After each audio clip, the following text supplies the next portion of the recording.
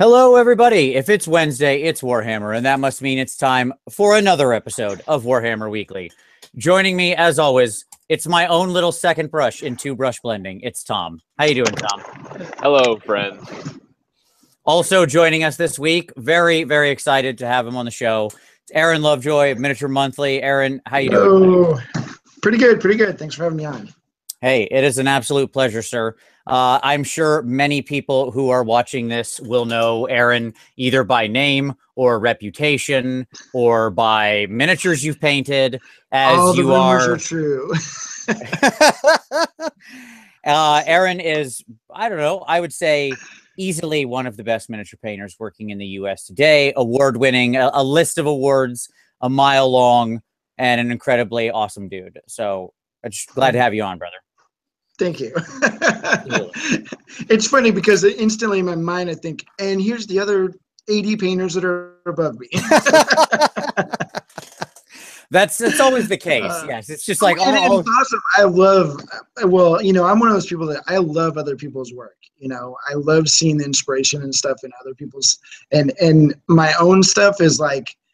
I mean, you know, there's a few times where I'm like, oh, wow, that really came out good. But I mean, I see it every day. Who cares? You know, right. It's like, you know, eating your favorite food every single meal and you're just sick of it. So I can definitely appreciate the talent in America and abroad and everything. It's just, it's amazing. And we're in a really good time of painting, I think. I mean, we're like at a really good time for just inspiration and miniatures. The level of miniatures coming out in the industry right now is amazing, and just the technique and I mean the artistry that people are displaying is pretty awesome too. So I'm very happy to be here right now. You know, in this time frame. Yeah, it's unbelievable. Like all you ever need to do to stay humble is like scroll through any of 10 Facebook groups. Get on Facebook, yes, and you're just like, I just don't even want to paint anymore. Right. And I hear people say that about my stuff, and I'm like, do you understand that I do the exact same thing? Like there are days when I'm just like, and how the freak did I? It's like one after the other as you're scrolling through, and you can either choose to be depressed by it or just enjoy it, you know, like I mean, it's just, it's awesome. Some of the stuff that people do and in the time frames is like, how the heck, you know, is this happening? Absolutely. But, you need to it just shows you that it can happen, you know, so it's possible. Yeah. You need to not be around Vince when a new model releases that he really likes. Yeah, because you'll have it done in like 25 seconds or something. Yeah, it's like 18 hours after it hits the market. He has it like fully painted up. Yeah, yeah. Ridiculous level. Well, and then of course he looks over at Wapple, you know, James Wapple, and then that will make you cry even more. So you're just like, really, you know. Yeah. I've watched the Wapple magic live, you know, at like ReaperCon or Adepticon, and you're like, there's no way it happened. Oh my god, it happened that fast! Holy cow! Like. But he's got like a size 8 brush and his fingers, and he's like dropping a masterpiece in like 4 hours for just something you couldn't create in 5 days. And he's like, don't do the ninja grip on it. You got to hold him from the end. That's how he paints. He just kind of wiggles. It's like a wiggle thing. And you're like, okay, well, yeah, it's gonna look like crap. And then you see it, and you're just like, but it doesn't look like crap. And I just want to, you know, break the fingers and, you know. But it's one of those things. It's like, you know, in my head, I'm going, I need to. Well, I did. You know, at ReaperCon, you know, I've been friends with James for a long time, and we've gone to many conventions together. I've sat next to him while he showed people how to do stuff, and somehow I just never looked, you know. And so last year at ReaperCon, I sat down. I kicked everyone out of the table that he was at. You know, I was like, I'm here, and we're like, dude, let's just start painting. I want to see how you do this, you know? And so he went off to the bathroom, and I grabbed his brush, and the exact paints he was using didn't look anything like it. I was like, okay, yeah, it's just talent, you know? Yeah, I mean, to be fair, he was a quote unquote regular artist or whatever you want to say, right? For years beforehand. His technique and style is amazing. Right, exactly. It's like I had no artistic talent before I picked up a miniature. I never liked that. So yeah.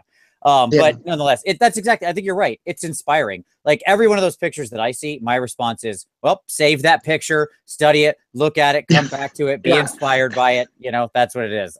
My phone is just scrolling pictures of people who paint things I can't even begin to understand. Yep. Exactly. And one of the things I really love about James is just his willingness to be like, okay, there's nothing special about this. Just here's what I'm doing. Here's what I'm thinking. You try it. Just try it, you know? And so I like that approach to painting, you know? Absolutely. Rules. Yeah. His thing is like, there's no reason to ever, like, he's to get rid of the fear, right? Fear is stupid. Right, like yeah, and that I support that 100%, because that's another thing you see all the time, right? You see the posts of like, well, I'm afraid I'll mess it up.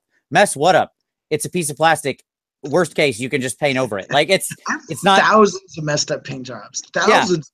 Yeah. You're not restoring the Mona Lisa. There's another one right behind that one. You know what I mean? Like It isn't. So it's fine. Like if you were touching up the Mona Lisa, you don't want to make that Jesus painting or whatever. I get it. Like there's only one of those. No problem. Be careful. Yeah. But I used to be one of those guys who I would paint something for Games Day, and then I would upgrade it and upgrade it and upgrade it until either I won a trophy with it or I just got tired of, you know, fixing it or whatever. But now my philosophy is you finish the paint job and you let it go. Like put it in your display case. I think it's important to have a display case with some of your work in it. Just so you can look back. And now I look back and I say, oh, okay, that's where I was in my painting. Oh, I see what I was doing wrong then. And that's actually helped me now, because now I look back at old paint jobs that I was really frustrated with.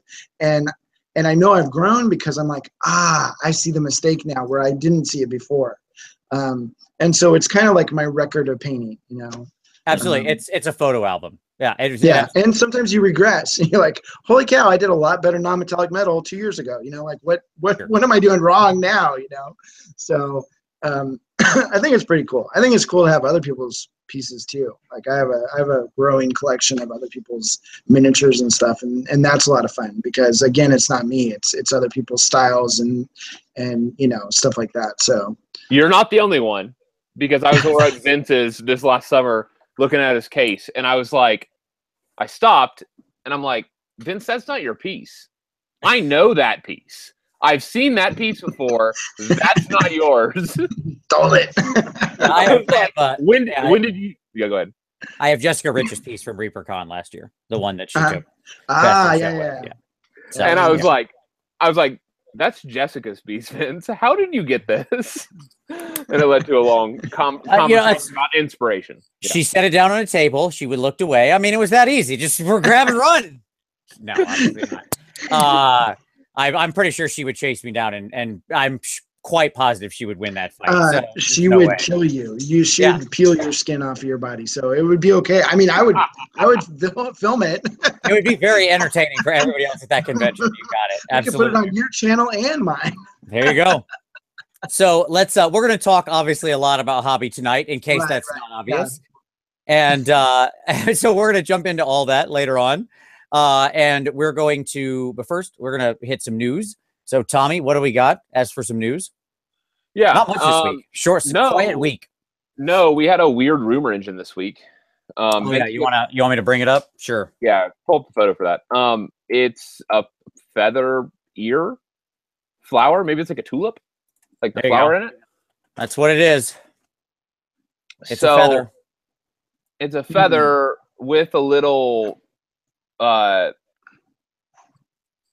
thing. Vulva. I mean, I don't know what that thing is. It is very Georgia O'Keeffe. Yes, I'm not gonna. Something. Yeah. So that thing. Maybe something alien-ish coming to Warhammer. Maybe 40K. Who knows? It's very peacockish, like the default. It is. This one is mystifying. First of all, I don't know what this is down here. Like I can't tell what this other part of the miniature you can see. Well, that looks like a piece of paper with the scribble. Like they've. Oh yeah, you're right. It is the scribble. Yep. Yeah, no, you're right. That's the scribble writing down there. So this is like a scroll or something that's down here. Yep. Did you just say it was fake writing? Yeah, it's fake writing. The fake writing. Yeah. That's not real writing. Like, that's no actual language. It's That's them. That's them holding the brush at the top, going like this. Yeah, they're doing the waffle now to get that painted. I Yeah. just kind of think it's funny that you had to specify it was fake. Yeah. This isn't a real feather or person. Yeah. Tom, are you saying this is a language you don't speak right here? The squiggle triangle language? That is one of the handful that I don't speak. That's correct. Yeah. I speak scribble or fake very well. So yes, it looks like a flower, but then there's this like round thing, or not flower. It looks like a feather, and because you even kind of see the vein, like coming up the center of the feather. But that actually looks like that's part of whatever O'Keefe feature that is. I think this is all actually a flower. I think this is leaf and flower. Okay. I don't think it's a feather at all. It's they don't model feathers like this. When GW models feathers, they model feathers like all sort of unidirectionally. Yeah. Right. Yeah. They rarely put this level of texture into them. This is all a flower. This is a big giant flower on somebody who has writing. So I'm going to go ahead and say I have no idea still. But there you go. I've cracked the code. I literally do not know. Sure, I'll take it. Done. I've got no guess. GW, congratulations. I mean, the little paper thing could easily be 40K because there's the purity seal might be hidden there, right? Okay, I'm gonna go with it. I actually think this is a terrain piece. Okay. You want to sell that for me a little bit? Yeah, so I'm thinking about like the Garden of Moor, if you're familiar with it, and it has like a bunch of like the foliage around there. And then it has like in the little cubicles, it has like some candles and like, those types of things. And I think that what we're seeing here is maybe like some type of shrine or something, something maybe along the edge of the model, obviously. I don't know. Hold on. Somebody just said something that actually got me thinking. Does this look like two fingers to you? No. I think it does. This looks like somebody holding this thing. Somebody in the comments mentioned a quill, a Starlight Night Flame. There you go. This is a hand holding a quill, and this thing is over the back of their hand. That's what this is. Okay. Yep, this is a hand holding a quill. This is super zoomed in. I mean, you can tell because of how big you can see the little dot writing. Yeah, you can see the writing in the brushstrokes. Yeah, the little highlights, even though they faded it into black and white. This is absolutely somebody, like, this is a hand holding a quill. So I still don't know what this is, but but there you go. Now I've cracked the code. It's a hand holding a quill, writing something. Well, Starlight Night Flame cracked the code. You just plagiarized. Darn it. Starlight, you cracked the code. He's smiting his enemies with his fake writing. Exactly. Like you. Exactly. You don't see a lot of miniatures in Warhammer like pausing for a break to record something. So hold on. I'm writing this down. He's the tax collector. Oh my god, that'd be awesome if we had some kind of like city warband released or something for AOS where you had like that kind of thing. Like, Malifaux has the little Newsies crew. I would love to see like the tax collector figure coming. Yes, but yeah, somebody like it could be somebody writing something like a sage or a scribe or something as part of like a wizard crew or who knows. Yeah, somebody mentioned like Epidemius, right? Like the tally man. Writing his little list or whatever. But the thing is that hand looks pretty human, actually. Yes. Yes, this is clearly probably the Devoted of Sigmar release that's forthcoming. Yes, finally, you called it. There it is. I back it. That's what it is. Yeah, it's the Sacred Scribe of Sigmar. There you go. All right. Well, I think we beat this one to death, but there we go. Totally. Shadespire new art piece went up. The big news with this art piece is they said this is a glimpse into the new Shadespire release and what is forthcoming. And Vince, do you have that art piece, or am I going to have to go? Oh my god! Or we could just say it. It's Skaven and the Fire Slayers. That's all. Yeah, the important part of this is that in the Shadespire thing was both a Fire Slayer warband and a Skaven warband. The Skaven, it had kind of Eshin-like claws, and the Fire Slayers were Fire Slayers. A bunch of naked dwarves, big heads, like helm, mohawks, and some axes. So for me building Fire Slayer army, that's exciting. Sure, you'll have some new special, like hero type models to use. Yeah. For Clan Eshin people, this is great. This is the first release we've gotten of Ninja Rats in like forever. Just forever. Like how many years? A lot. A lot. I mean, the Night Runners, to be clear, are still the monkey rats from the 90s. So it's been a while. It's been a hot minute. Okay. Well, no, they had the Death Runner. They had the Death Runner from the box set. Fair enough. I accept. Although he doesn't look Eshin like. He's armored and stuff. Yeah. Well, that's the new Eshin. You didn't know. I guess. Armored up. Don't go into battle wearing rags, dum-dums. Come on. Let's go. They learned after generations of being cut down. Okay.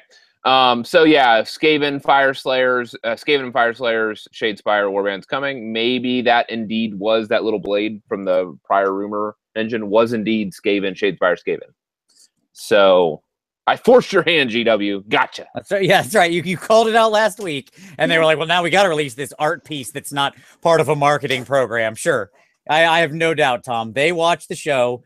You made this out of the box call, and they were like, well, Tom cracked the code. That's it. We solved it. Okay. And then the final one is the Citadel Paint app. We've announced it before. We'll announce it again. It's dropping on 9/16. If you download it before like 9/20 something, 9/23 maybe, you'll have a chance to win a bunch of paint for free from GW. And yeah, it's exciting. And who doesn't like free stuff? I like free stuff. Yeah. That's just what I need, paint. I'm sure you don't have enough. Yeah, absolutely. Do you guys want any?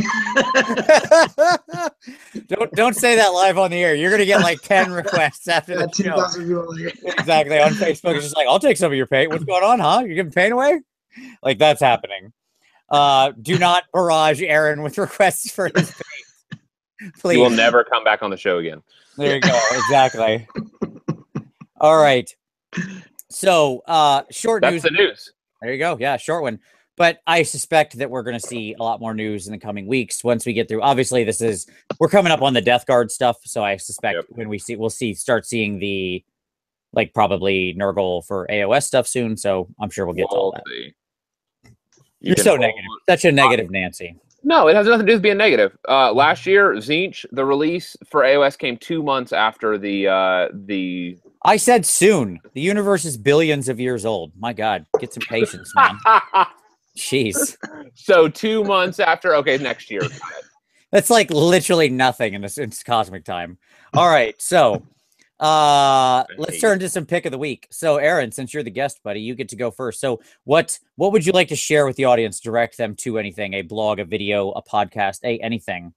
You know what? I saw a really cool thing on the Shadows of Brimstone miniatures group on Facebook. Okay. All right. Actually, I don't know if it's called that. Shadows of Brimstone community group. And this guy posted a Belial model, and I love that model. But he did a really good job on it. I don't know. I don't know how to share. I can give you a moment to find it if you want us to come back to it. I've actually got it. I actually have it found. Okay. But I don't know how to screen share. All right, so here's what you do. I've got it locked on you. Top left, there'll be a little green box with a white arrow in it. Click that and then hit your screen. Oh, it's on that side now. Okay, gotcha. There you go. Okay, you learn something new every day. When I do normal Google Hangouts, it doesn't work that way. It's on the right side. Okay, so here it is. I think it's pretty awesome. Yeah, look at that. He did the black version of it, which there's like you can encounter 2 different types of Belial in the games. Obviously, you could paint it however you wanted, but I like how he kind of got the fire thing coming up and some of these symbols and everything coming up out of the lava on the base or whatever. I just thought it was really cool. I haven't seen a whole lot of these painted up. There was a few of them at Gen Con that people had entered into the contest and stuff, so that was really cool. But this is probably one of the best ones that I've seen so far. It's a pretty big model. I mean, it's a really cool model. I can't wait to paint my own version of it. That is super sweet. I like how the red is really balanced out throughout that whole thing. Like it's the bright colors. He's got it down in the base, comes up into the up into the cloak, the arms, across the chest, and then up into the wings. Nice. The other thing I really like about this is it doesn't look anything like the one I painted. So that's one thing. Like when you're hanging out with your friends or something, you guys are showing things, and everyone painted it exactly the same way, and you're like, okay, well, What were we thinking, you know? Who has no imagination? Me. I agree. Yeah. So yeah, that was one that I really liked recently. So very nice. I dig it. That's awesome. I'll shoot me the link on that, and I will. You can hit the like stop. There should be a little stop screen on the bottom if you want. But hit me with the link for that, and that way I can post it in the show notes, and so everybody else can go draw that for their own inspiration. Well, that looks really exciting. It's all good. It'll catch back up. I shared. Yeah, I'll do that. Down at the very bottom, it'll pop up. If you hover over your little Google Chrome thing, the hidden window is stop sharing. Okay. There you go. All right, Tommy, what about you, buddy? What's your pick this week? Actually, so this is going to be a weird one. So I actually watched one of Vince's hobby cheating videos. Okay. And I wanted to promote it. So Vince, sure. I'm gonna promote one of your videos because you're terrible at self-promotion. Speaking of painting, Vince did a while back. He did a set of kind of an overview of all the paint lines, the strengths and weaknesses of each of the paint lines, and what they do well and what they do not. Speaking of too much paint. Speaking of too much paint. And I actually found it like I knew a lot of what was going on there, but it was a fairly helpful video. And so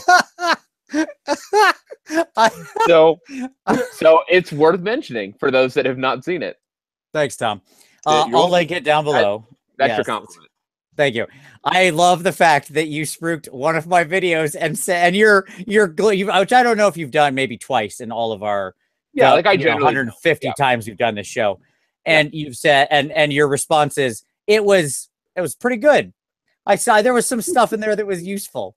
No, I appreciate that glowing praise. Yeah, it's pretty good. Sure. I mean, everybody knows that I'm generally fairly critical. Like, I point out the weaknesses and things, and it's pretty good. You learned it from watching me. It was great until you started putting paint on the model, and that's where it really started falling apart. Now. Yeah, it was great when it was just plastic, and you had when it was still in the box. It was amazing. It was incredible. For myself, my pick of the week, I will go ahead and spruik since Aaron did not do it himself. So Aaron is half, a third, 40%. I don't know how you're calculating the percentages. 2/5 of an 1/8 of a 1/7. Right. Of a wonderful, I don't know what you want to call it. Service. Sure. Let's call it that. Miniature monthly. Yeah. Okay. We like to service lots of people. Yes, exactly. Everybody gets serviced. It's really fantastic service. So Aaron and let's see, Elizabeth Beckley Bradford and Matt DiPietro is with you now, right? That's right. That's right. We're super excited to have Matt. Yeah. The three of them do tutorial videos, and there's giveaways, and it's all connected to the Miniature Monthly. And basically, we're talking what, $5 a month buy-in, I think is what the baseline is. Yeah. It's like for $5 a month, you get all the main videos, and then like Matt's on our special guest program or whatever, and so he's at the $10 level. And then that way we can make sure everyone gets paid for their work and does their thing. And basically, we just wanted to put together somewhere where there was a whole bunch of tutorials and taught by some of the industry professionals, people that have been around for a while, and paid their dues, I guess. figured things out maybe the easiest way possible to do it, and which sometimes isn't easy, but still. And yeah, we just wanted to put together like a painting like subscription thing where you could just come and learn to paint. So it's been going really well. We're having a lot of fun. And like you said, Matt DiPietro just came on a couple months ago. So I'm super excited about his first videos were sketch style. And I've learned a bunch. Like I've been practicing it. Yeah. It's awesome. I've had a couple of epic fail moments, so it is what it is. But like anything else, you just gotta practice. You gotta be willing to not have a really good week of painting, or 2 weeks, or shoot, trying to learn Ben Comet's two brush or the loaded brush. I mean, that was like a month of pulling my hair out. You know, it was just like, holy cow, why doesn't it work the way he does it? You know, Which he makes it look effortless, by the by. It's so easy. infuriating. Yes. Yeah, I'm with you. I think my experiences are much the same. I'll say maybe 2 or 3 months for me. So you were ahead of my curve by far. Oh, I still don't know how to do it, but I mean, not like him. Like, okay, Ben just goes plop and it just happens, and you're like, right. Okay, yeah, sweet. You do it, and maybe 1 out of 100 times it actually happens the way he did it. Right. You know, right. for me. So in turn, I've kind of developed my own spin on it, you know, and when it works, I know when it works most consistently for me, and that's when I use it all the time. And then the times that I know it's like, oh, I'm not really sure about this, I just go to a different technique or whatever. And that's why it's important to know a bunch of techniques. I mean, you know. Absolutely. Right tool for the right job. It's the same thing. You know, don't use a screwdriver when you got a nail in front of you. So by really seriously, I mean this, Aaron, Elizabeth, and Matt are 3 people who have been teaching for a long time, who put a lot of love and care into these videos, into the tutorials they're producing. These are 3 absolutely stunning painters. If you are someone who's interested in improving your painting and in, as I always say, taking the next step on your hobby journey, it is an extremely worthwhile investment. So go check them out. I'll link it down below. You're really not going to find a much better deal in the world for this level of quality that they produce. And by the way, you guys do giveaways every month and everything like that, right? Yeah. Of the miniatures you guys paint. Yeah. So I've really never given away a free miniature in my life. I mean, I've done miniature trades with other painters and stuff, but I've never like just given away a miniature. And this year, because of Miniature Monthly, we give, you know, Elizabeth does 1 month and then I do the next month. And so we've given away a lot of miniatures, like, and one of our things was, we're like, well, you know, a lot of people can't afford, you know, a display level paint job from, you know, a professional painter, you know. I mean, it's expensive, you know. And even when they don't charge enough, and they, you know, even $200 or $300 is quite a bit of money for someone who's just like, hey, I just want to get this figure painted, you know. Right. So yeah, that's been exciting as well, you know, to be able to send out models to, you know, and a lot of people are people that have never, you know, purchased a model, you know, like that before. So, you know, who knows? Maybe they got them hanging over their toilet or something in their bathroom. That's cool. As long as I can be some part of their life is cool, you know? That's disturbing at the same time, that every time yeah, it's very disturbing. Stare at your miniature. That's, yeah, exactly. All right. So, all right. Good stuff. So check it out. As I said, link will be down below once the show gets posted. So let's talk about some hobby time. Of what are we working on? So, Aaron, what are you working on, brother? What's on your table right now? Probably many things, but what's the top of mind, I suppose? We have a lot of Mexican food today, and I actually feel a little buttery. So, I've actually I don't have any pictures of it right now on me, but it's a 30K Death Guard army. We actually did it. Actually, I could probably. Let me just ramble on for a couple seconds, and you keep rambling. That's fine. But I have a company called Guild Painting Service, and me and my buddy Alan Pyle. It's not really a company. It's just me and Alan, and whoever brings the job in is the leader of the pack, and we do our thing.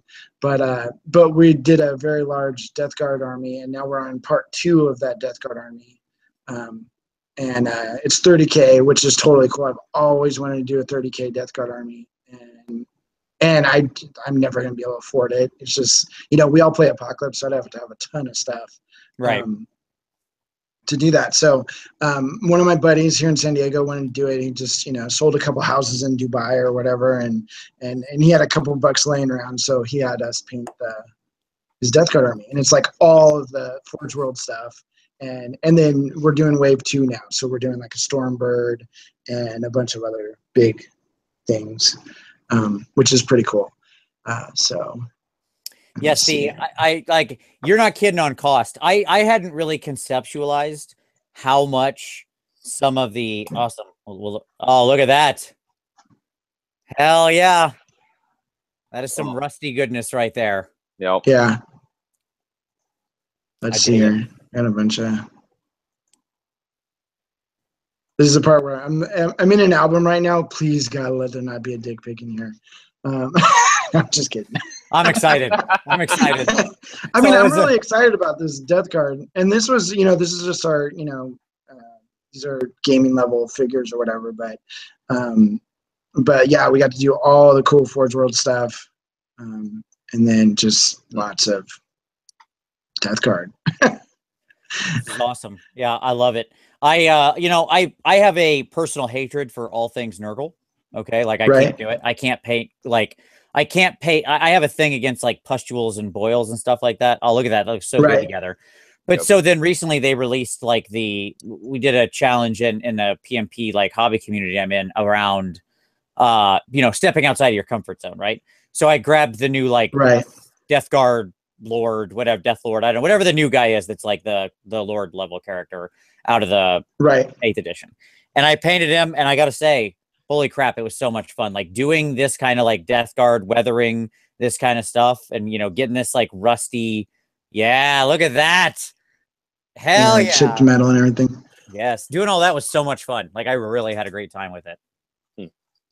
Yeah, it's totally awesome because you really can't. I mean, well, you can mess it up, but it's a lot harder to mess it up. It's just one of those things where, I don't know. I guess you could overweather it, and so that's the key is to not go that far. But doing the little streaks and stuff, it just makes it so alive and like in my mind, I'm a big Nurgle guy, so like I know where this is going. I know the pustules are coming. Like I can't handle it. I'll stick to that. They're descending into evil. Yeah, as long as they're all armored up and like all coated in plates, I'm like, okay, we're good. I can handle this. The second the gross skin comes out, I'm like, nope, full stop. I have, one of my, I think it was the second year that I won a set of Golden Demons. I'd done a Chaos Ogre, and I took I didn't put his gut plate on. I left that off, and then I cut out where that hole is normally on ogres, and I sculpted his stomach coming out, and like his belt was all ripped off, and and then there's stuff hanging out. So I really like that stuff, but it's probably because I'm just morbid. Everybody's got their things. You're not alone. Yeah. I am the weird one here. Like the amount of love Nurgle gets and that kind of stuff. Like people love that gross. Yeah, it's fun to paint. It just is. Yeah, Tom is a big proponent of Nurgle as well. Yeah. He's a big Nurgle. It's kind of funny you say that, Vince, because I mean, I always look at you as like you're one of those guys that has a really good imagination. Like you're all over the place. You're not just like, oh, he only does Eldar, but he does them really fantastic. I mean, you are like you just go in different directions, and you always have a pretty solid idea for the scene that's set or the base scene or whatever like that. I really enjoy that, And then you just don't like Nurgle. Like I'm like, you could go so many ways with that. Like the guy could be doing jump rope with his intestines or something. Sure. The problem is I would be throwing up the whole time. Like it's hard to paint through vomit, man. You can't do it. You make one of your videos just dry heaving. Yeah. Oh God. Oh, here it comes again. Oh no. Like it's not possible. I need to be changing my apron like every 5 minutes. It'd just be awful. Yeah, I know where the wall is, and I have to stay in the wall, the lines. I'm gonna remember that next time I see you at a show or something. Hey, come over here! I want to show you a special project I'm working on.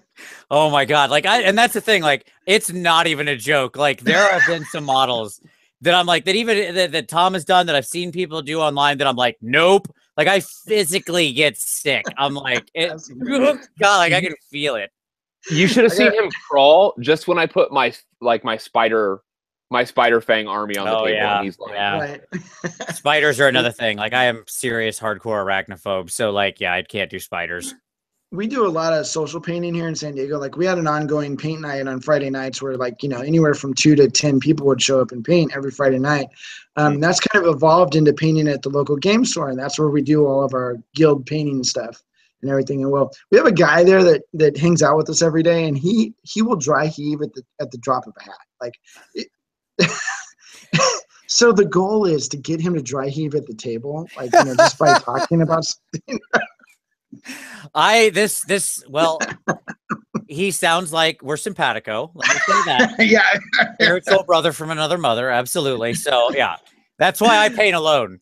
There's Right. nobody else. I'm like George Thorogood. It's just like nobody. That way I don't have to accidentally have that happen. Yeah. All right, Okay. Tommy, what about you, buddy? What are you working on? What, right at this moment, what are you working on? Detail. I'm just continuing to detail the KO. I'm doing a bunch of balloon boys, so I'm enjoying it. It's a lot of fun. These guys, there's just so much detail, and I'm not even doing like heavy weathering. Like there's just so much on these guys. Sure. It tires me. Like it's just very different than like my plague bearers. Like plague bearers, I'm like, oh yeah, Zenithal, do some washing, some glazing, done. Sure. And this is like, oh god, another rivet. Like every single one of these models has like 30 to 40 rivets, and that's just like a normal dude. That's not a tank. That's a dude.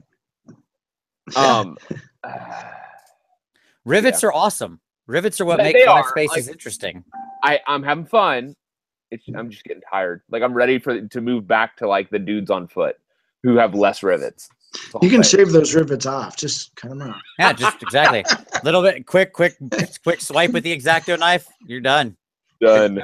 All your friends at the game store will be like, didn't these guys used to look cool? Like, what happened? Nope. Nope, they were never all cool. of it flat spaces.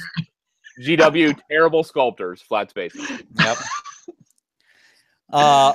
For myself, I have been working on my Iron Jaws, obviously, for the upcoming tournament. So I've kind of got like a competition piece that is making me very sad. Let's show everybody this. This is the remnants of what's called a bad resin pour right here. See this?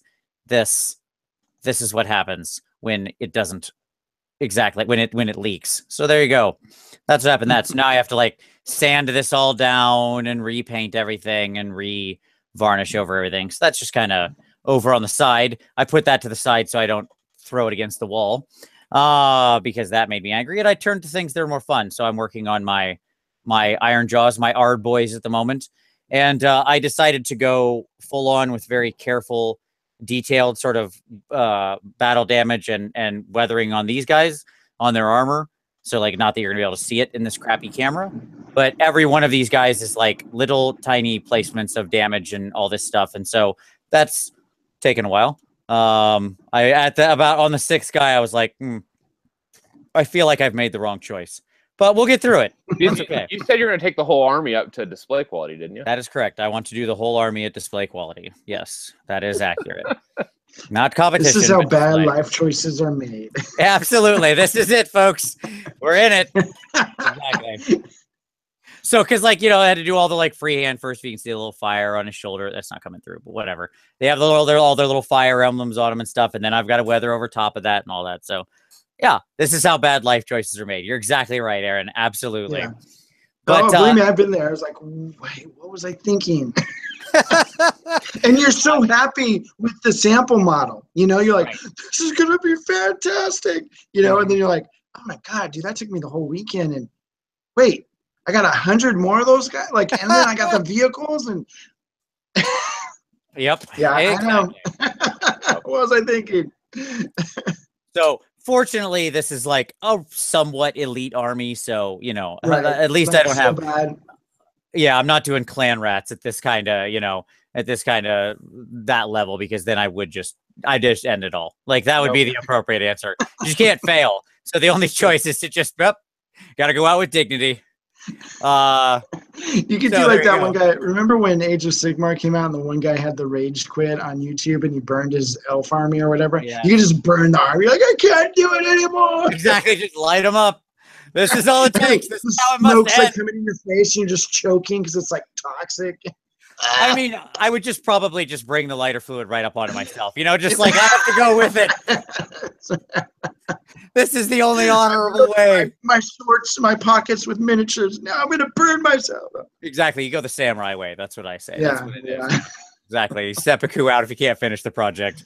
Yeah. So I'm looking forward to them. I still got what do we have, Tom? Like a month and a half, something like that. Yeah, I have an entire board to build, which I just bought more terrain for today. Coming from like Europe, so good luck with that. Coming from Europe, so hey, it might be here before I have to have everything fully built. That'll be a good time. So, let's talk about some hobby stuff, like we haven't been already. But let's just continue talking about hobby stuff. What exactly is that? Exactly, man. When are we going to get to this segment and actually talk about hobby? God. All right. So, so obviously, Aaron, I wanted to kind of start just, general. I sent you some questions, but it's ambush journalism. Right.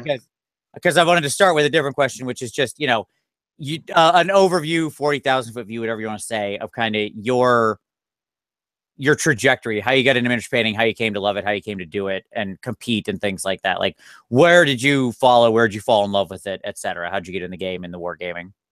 Well, I think I probably fell in love with it when I was a little kid, playing with little Airfix, army men and stuff. And my dad always built little tanks and helicopters and B-29 bombers and all that stuff. And so I was always kind of into that. And then I grew up, of course, I guess, got a job and forgot about all that stuff. And I happened to be I didn't even know game stores existed. And I just happened to be down in Old Town in San Diego, and they had a game shop. It just had games in it. And I'm like, what the heck is this? Like, who would go to a store that only had games in it, Well, I come around a corner and, out from the Monopoly stuff, and boom, there's this Warhammer Fantasy Army. And I think it was an orc army. And I remember looking at that and just being like, that is the coolest thing I've ever seen in my life. And obviously I could tell the guy was in the process of painting it because they were all out. There was paints all over the table. There was no one there, no one to ask questions or anything. It was just, this orc army in all its glory. Nice. And I just remember it was the coolest thing I'd ever seen. And the funny thing is, about 10 years later, after I had been painting for a long time and made a bunch of armies and stuff, I went back to that store to find that army because I'm like, it's probably still there. I'm sure, because a lot of these guys, they drop their armies off at stores and then disappear. And I remember seeing the army. I was like, it was not very good. Like it was, but with kind of virgin eyes for the hobby, it was like unbelievable, And then of course I ended up over at Game Empire, which was the big game store in San Diego. And they had a couple guys that were painting like professionally and stuff and for other people. And they just had huge armies on display. And it was like crack, It was just like, you couldn't get enough, So, maxing out credit cards on Eldar and then Tau and, whatever you had to do. Nice. Sound financial investments. I think that's the point of it. Yes, exactly. And then of course, then you look at it and you're like, what the heck have I done? I've got a Space Marine army that I haven't finished. I have an Eldar army, a Dark Eldar, a Tau, Chaos, and that was when they had just started putting out an army instead of every 2 years, like they were putting one out a year. Right. And then all of a sudden it was like 6 months, and it was this is crazy. Not to mention how I wanted to paint them. There's no way I could paint everything. So slowly but surely, I kind of consolidated down, and now I just have a massive Chaos army, basically. I mean, I do have a little bit of Tau and a little bit of Space Marines, but I wouldn't really call those armies because they're not 25,000 points of an army. So sure, yeah. I mean, if you can't, come literally fill like a 12-foot table, then what are you doing with your life? Yeah, I know. Yeah. It's not an army.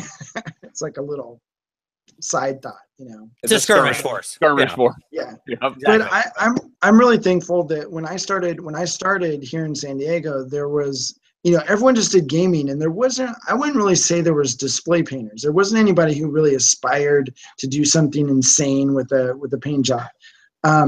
But that being said, people were aspiring to do insane things with armies. And so conversions and just the detail that went into these armies and guys really passionate about it. And having those people around you, and if you got a little bit of a competitive driver or you're just alive, that kind of pushes you, And that was really cool. That was really good for my development because I was really into. I wasn't very good at playing the game, but I knew I was okay at painting, you know. And so that's what we did, you know. And then you know, we kind of, most of the guys that I ended up hanging out with all the time and doing paint nights and stuff with were guys that they were all army painters, but they liked the better things in life. Like they liked Forge World stuff, and they liked painting their stuff nicely. And so it all was kind of a drive, you know. And then I took it a step further and started doing games days and stuff, and pushing myself to be able to compete on a bigger platform, basically. Nice. Because that was fun for me. It's like the drive for me. Like if there was no more of that drive, I would be looking for something else. You know, it's not fun anymore. The fortunate thing with painting is just when you think all the techniques are out there, somebody comes out of left field with like the craziest thing you've ever seen, and you're like, oh my God, that opens up a whole new chapter in painting, you know? And we see it all the time, you know? So it's like, okay, well, let's do this. It's truly like it is really the journey without end, right? Like that's what it is. Like it is, because especially now, when I look at like the last probably like 6-7 years, especially since sort of the rise of YouTube and, you know, everybody being on Facebook and Twitter and just so much more images being shared from around the world. Like all these painters I follow from Europe who, you know, 10-12 years ago, there's no way I would have even ever known about them. Who they are. Exactly. And they probably wouldn't have been as good as they are, you know, because everyone feeds off of everyone else. I mean, nothing's really original. It's just someone's made it better than the last person, you know. It's that progression, you know. But I like that because it pushes me. Like when I go to a contest like Crystal Brush or ReaperCon one year, the year that I won Best in Show at ReaperCon, I knew who was coming to that show, the other top painters, and I think actually a couple more even that I didn't know showed up. But it was one of those things where okay, this person's going to be there, that person's going to be there, you know. Marika Raymer's going to be there, Jessica Rich, Jen Haley, you know, Michael Proctor. It was just like a laundry list of really, really good painters, and you're like, I can't let up because I know they're not going to, you know? Or the chances of all of them throwing in the towel are not very good. You know, all those people, they are competitors and they're very talented painters. And so that being said, that pushes you that little bit extra, you know. The couple years ago at Adepticon, I did the No Hope piece, the Infinity Diorama with the cinema, which is just not full pause. I don't mean to interrupt you. Okay. I want to put a thing on 2 points real quick here. One, you told me, like, you kind of mentioned this piece of advice last year at ReaperCon when you and I talked. And I swear to God, it is the single most important piece of advice that I've ever gotten on painting because it echoes in my head. Like when I'm doing some of a competition, I called in. Exactly. It's there. And I'm like, cause I'll be like, is this done? And then I'll hear you and be like, and I'll go through the list of like everybody who's going to be there. And I was like, no, it is not good enough yet. Keep going. Biscuit. Yeah, exactly. So that's really funny. On that piece, there was a point where the front of it looked really good. Like I was like, yes, okay, this has got a chance. I got a chance. That's all I can do. But then there were parts of it, like on the side and the back, where I had, you know, put the base coats on and kind of started the painting process. But I was like, this is good enough. I'm so done with this project. Like, you know, there's a week to go and I am just done, you know. And all I could think of in the back of my head is I'm like, yeah, but that guy's not going to be done. He's going to go all the way to the end. And so I did. I just pushed myself and I kept going. And I'm glad I did in the end, because it was like, okay, well, you know, because you never want the piece, you're holding it in front and you're like, wow, that looks amazing. And then you turn it 90 degrees and you're like, wow, did someone else paint this? Or you know, like, what happened? You know, I had a friend who would never paint the back of the model, you know, like that's an old would put the base coats on, but you know, and I was like, oh my gosh, it was like, I don't want to say a letdown, but it was such a letdown to go from, wow, this is amazing, to what happened here. Right. I remember there was like a GW house painter that was pretty famous for that, right? That would, like, for dioramas and stuff, would never paint the back of any of the miniatures. Like, you just literally leave it primed black. Right.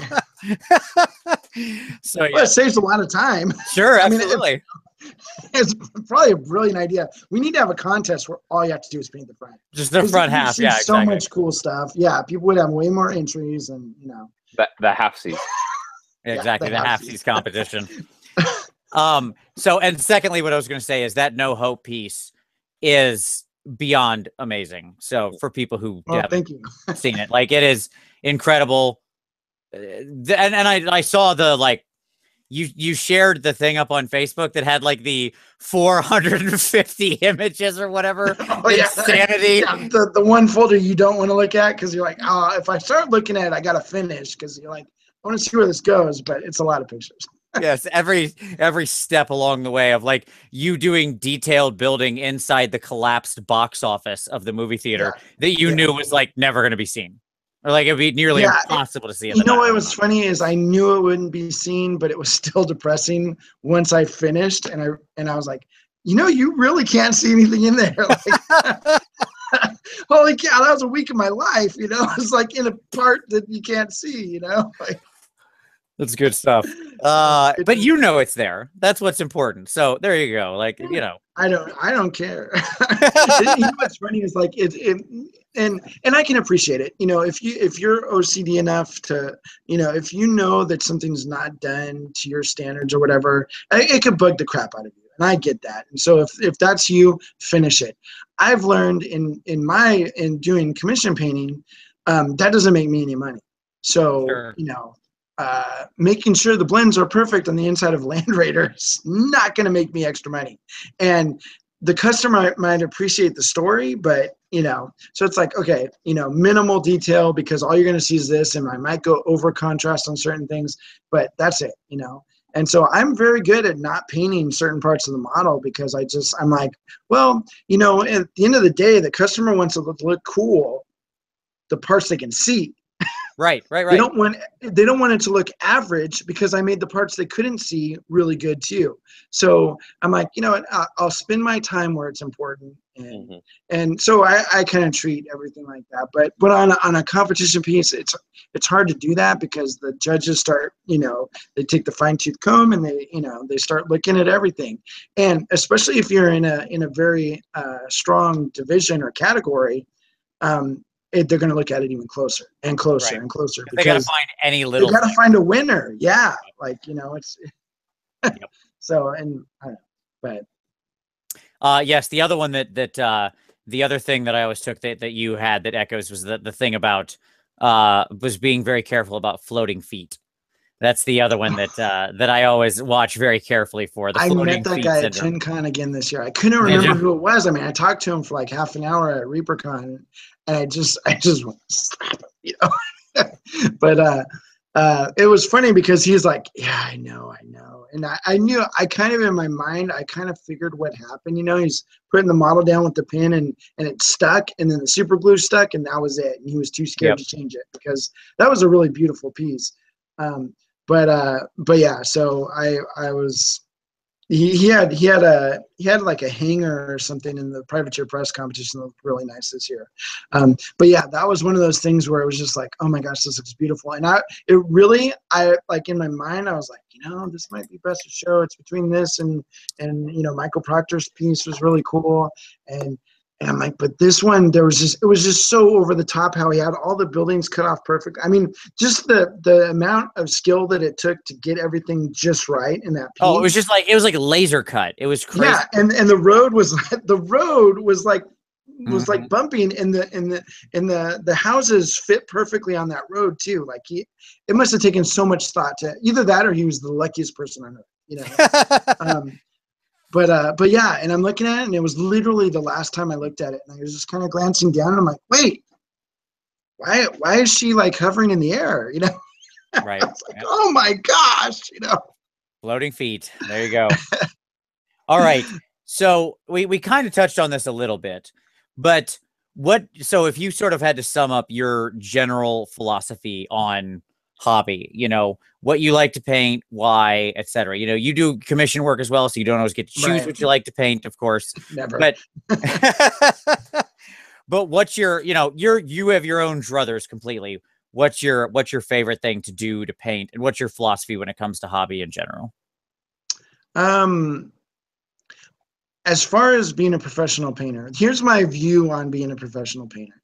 If you're a professional painter, you will paint anything. So when I was a t-shirt graphic artist for a silkscreen shop, I didn't pick and choose the logos that I thought were cool, and that's all I did, because I would have gotten fired, you know.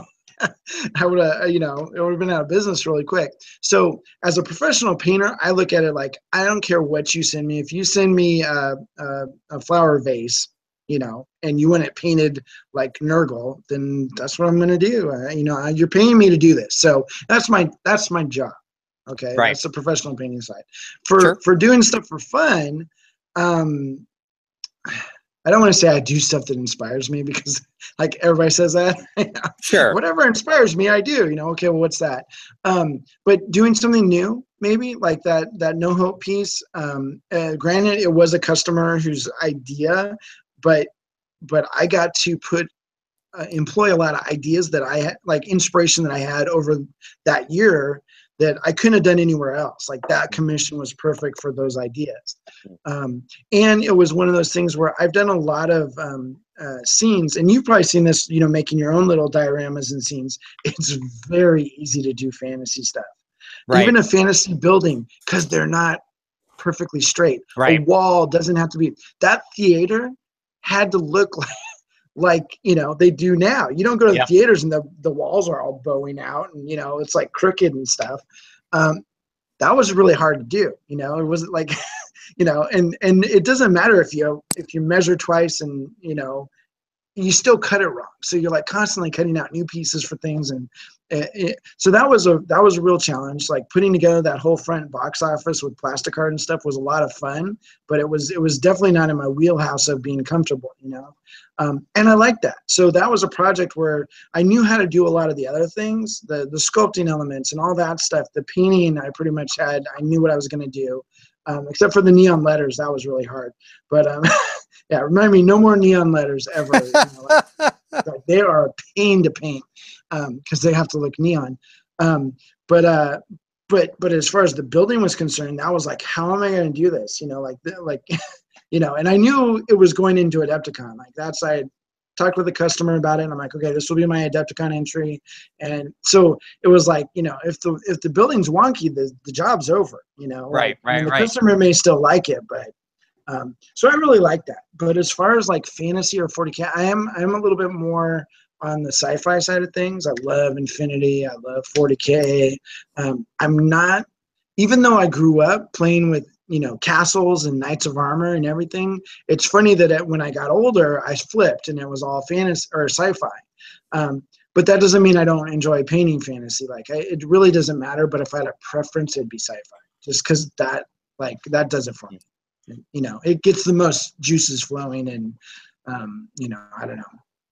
No, I get it. I really do. I think that, and you're absolutely right. Like scenes and doing, like, I realized, so I recently started working on like, sort of offhandedly working on a Sisters of Battle Force that I wanted to be nice. And I wanted to do a lot of creative, right? And I realized suddenly that I was like, oh my God, I don't know what to do for any of these bases, because none of my normal stuff I would do is going to work. You're like, crap. Yeah, like I don't just want to be on grass, and then it looks like they're in a fantasy world, right? It's got to look. Wood elf waterfall scene. Yeah, you know, like, it looks great, but I don't understand this at all. You know. Yeah, because like so much of fantasy can be nature scenes, and nature scenes are messy and random and organic, right? And if you like screw up in something, it's kind of pop in a weird direction. Great, that probably makes it better. Say it's wrong, yeah, whatever. Yeah, like rocks sitting on the edge of a cliff aren't an ordered thing. You know what I mean? The more random and kind of screwed up they are, the better it looks for the piece.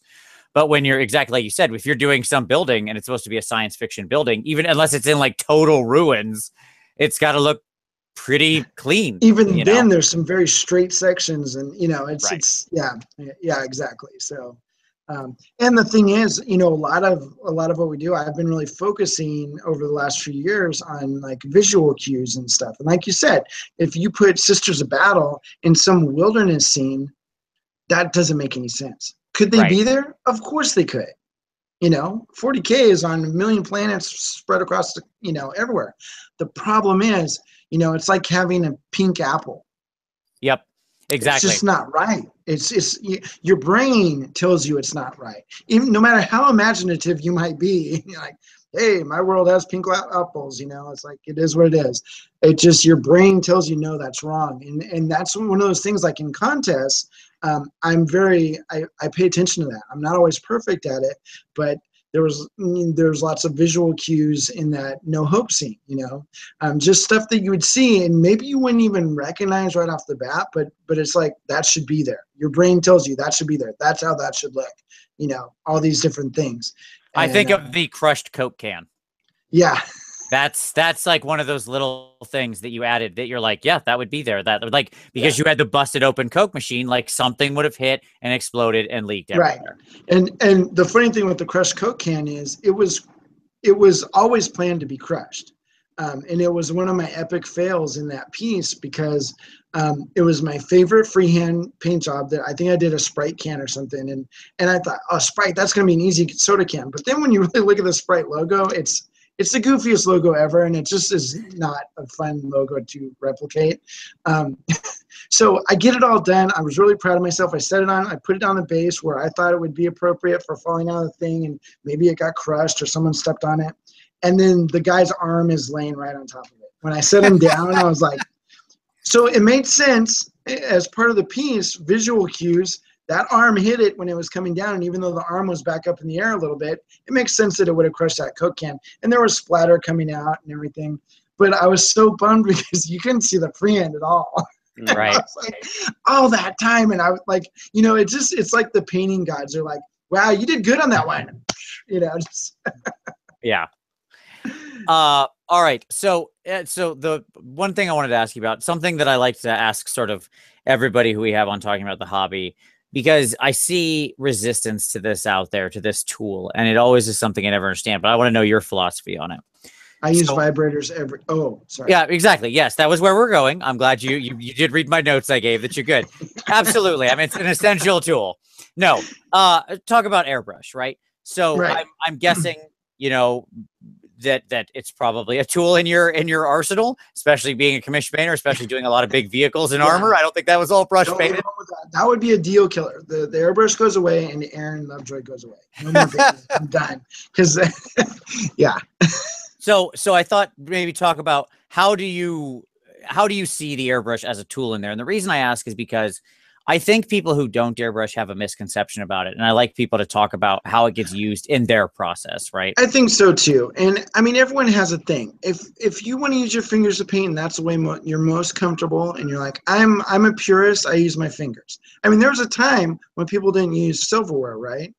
Sure. And I'm sure somewhere along the line, someone said that using a fork was cheating. It had to have happened. There had to have happened. Yeah, exactly. I only use my hands, but again, like I said, that's fine, because if that's what you're comfortable with, that's great. But I look at it as, like you said, it's a tool. That's it. And I've seen a lot of really bad airbrushing, and most of the people that I've seen that dismiss it right away aren't airbrushing themselves. So it's like, how would you even know if it was that easy? I mean, and granted, sometimes you'll see these people, they've never painted anything before in their life. They grab an airbrush and they've got these blended things and everything. But if you look at it, it's usually not perfect blends. It's really speckly, and I guarantee you, within about a half an hour, they clog that airbrush and never use it again.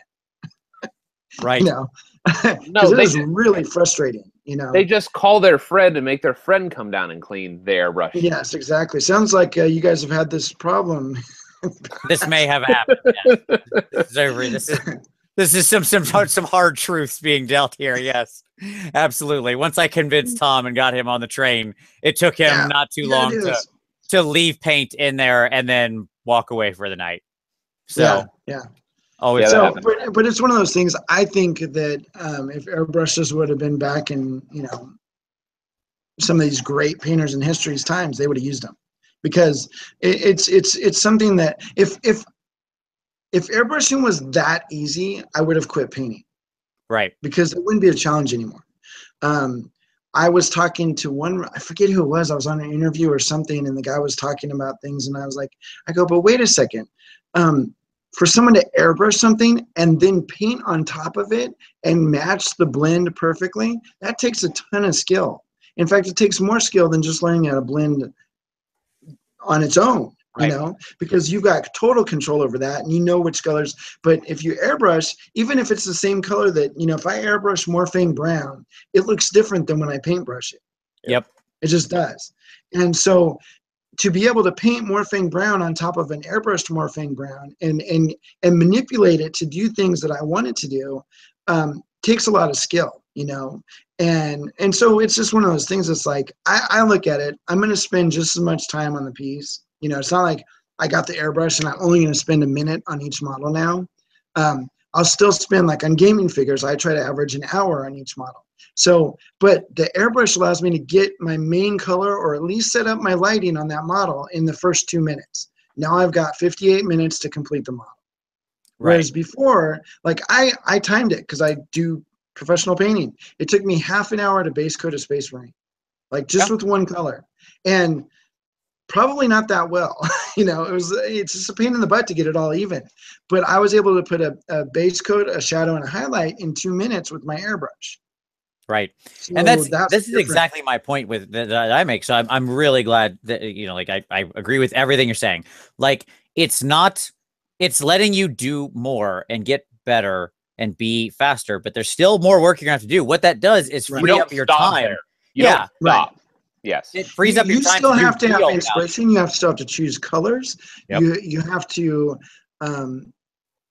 to get the judge's attention. You got to do all these things. And I don't think, you know, the one thing that really does kind of bother me is when, you know, I'm not going to say what contest it was, but I was helping judge at a contest, and it's none of the major ones. So fair enough. But the one guy, he just turns to me and he goes, yeah. So first off, anything that's airbrushed is out. Wow. And I was like, because the one that won Best of Show at that contest was obviously airbrushed. It was an airbrush artist, but also an amazing painter by hand. Sure. And I turned to the guy and I was like, okay, how do I explain this? Because obviously this guy's got his own agenda. Like he's a purist or whatever you want to call it, you know? And I told him, I said, yes. And that's the reason why those models over there are not in the final running. They're airbrushed too. And we haven't even looked at them. You know, we looked at them once, we looked at them a second time, and they're in the side of not being in the top, you know, 10. And I go, there's a reason for that, because it's not the best airbrushing. But this guy's showing that he can airbrush, he can paintbrush, and he obviously has a clear grasp on art, you know, like on artistic abilities and stuff. And so that's the difference. And I really don't think, you know, I think people are more and more starting to be more accepting of, it doesn't matter how you get the paint on the model, and it doesn't really even matter how long it took. Like I used to think the longer you took painting a model, the better it was. That's what qualified it as a good paint job. You can spend 9 of the wrongest hours of your life painting a model, you know, and it's not going to be any better than my 15-minute paint job, right? You know, because or someone who's, you know, who at least knows where to put the colors in the right spot and get started, you know. And so I remember when I was in that mindset, I painted a helmet on a Space Marine. It took me 9 hours painting this helmet, and it looks horrible. Like I kept it. I never finished the model. It was like one of those jobs where you're like, I spent 9 hours on that helmet. And at first I was bragging about it at the store, you know, oh my gosh, I just spent 9 hours on this helmet. It's like, I look at it now and I'm like, oh God, that was the most horrible non-metallic metal I've ever seen in my life. You know? Like, it didn't matter how long I spent on it. Now you could say that was 9 hours of practice, you know. Sure. And it was. But 9 hours or 40 hours or 100 hours doesn't mean that it's a good model, you know. And I know once you've spent that much time, it's really hard to have a judge or someone critique your piece and like, you know, it really just doesn't look good, you know. I don't know how to tell you this like nicely, so it just like your color selection is off, like, you know. And that's hard when you've invested, like that's your baby, you know? Right. So even for me, it's like I catch myself sometimes, like people will critique something and I really want those critiques because I want to see how other people view my art, You know, how does the world view what I do? Because sometimes I can be way off tangent, and I'm like, this is the greatest shade of purple ever, and it's like the worst shade of purple ever. You know, like my eyes are weird. You know, but hearing that negative feedback sometimes, or like, you know, whatever. Some people just don't portray it very well, but you really got to be accepting of that. Okay, and let me see if two more people tell me the same thing, then I know that guy was right, even though I'm kind of mad at him now, you know, like, or whatever. Sure. But you really got to kind of swallow. I don't even know if it's pride per se. It's just, it's your baby, you know. It's like someone coming up and telling you your kid looks ugly, you know. Sure, absolutely. You just want to kill him, you know. Like, yeah, I know my kid's ugly, but I don't want to hear it, you know. Right. But we kind of need to hear that in our painting, because that's what helps us develop and grow, you know. Your painting might be great, but your ideas are awful, you know. And so it's little things like that. When you can start putting all those things together and they start merging, that's when painting gets really exciting, and you're like, hey, I got this idea in my head and I think I could actually do it, you know. Like, right. I'm not worried about too many things. There's a couple things, and maybe those are the things that I'm going to learn on this project. But I'm excited about doing this project because, like, I know how to do a OSL now. I know how to do it really well. This is a perfect project for airbrushing some big areas and maybe some weathering, and the story is going to be told perfectly because I found just the right models, and I don't have to convert them too much or whatever it might be. That's exciting, you know. So sometimes you got to get over the bumps in the road and stuff like that and go, okay, well, maybe that wasn't the greatest piece. And I guarantee you look at that piece a year from now and you're going to be like, yeah, they were all right, man. In fact, they were being nice, you know, with their critique. Sure. Or whatever, you know? Oh, absolutely. Yes, this is truly the thing. It's like, I look back at like pretty much every model that is painted in that case back there, and I'm like, nope, hate that. What was I thinking with that? That's awful. Like, you know what I mean? Like, I was happy with them at the time, and I'm super glad I painted them. But all of them, and I'm glad that they're there, because it's exactly what you said at the top. They remind you of like, oh wow, do I see what I didn't do?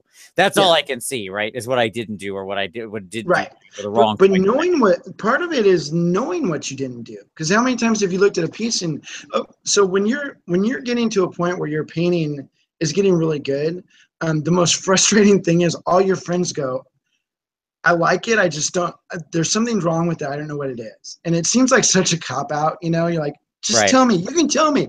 But when you don't know what's wrong, that's when you know you're in that gray area where, like, it's something mental. You know, there's some of your visual keys are wrong, like your color selection is wrong, or the environment they're in is wrong, or something is wrong. They're looking in the wrong direction, you know, whatever.